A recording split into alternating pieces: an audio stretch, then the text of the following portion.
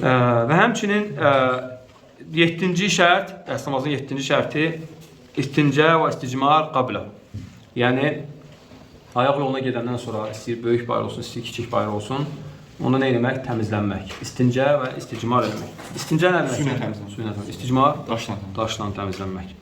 Yəni, istincə su ilə təmizlənmək ən birinci, yəni sudur. Allah Azze və Cəllə deyir ki, وَأَنْزَلْنَا عَلَيْكُمْ مِنَ السَّمَاءِ مَاءً طَهُورًا. Sizə deyir, göydən tahur, təmiz su nazil etdik, yəni o ilə təmizlənəsiz deyə. Əgər insan su tapmasa, onda daşla. Yəni, daşla təmizlənmək, necə ki, Peyğəmbər sallallahu aleyhi ve sellemlə varid olub, yəni, sahabələrdən biri yəni, daşla təzək gətirir, Allah Rasulü sallallahu təzəyə atır qırağa, deyir ki, فَإِنَّهُ رِكْس. Riks nədir? Yəni, nəcisdir, yəni o ilə təmizlənmək olmaz. Amma daşı götürür, daşla təmizlənir. Və deməli, nə eləməlisən? Yəni, dəstəmaz almamışdan qabaq təmizlənməlisən. Yəni, su yoluna getmisənsə, kişilər zəkərinin ucunu nə eləməlidirlər? Su ilə yüngülcə yumalıdırlar.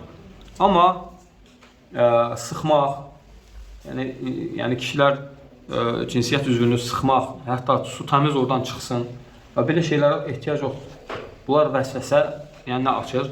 Qapı açır.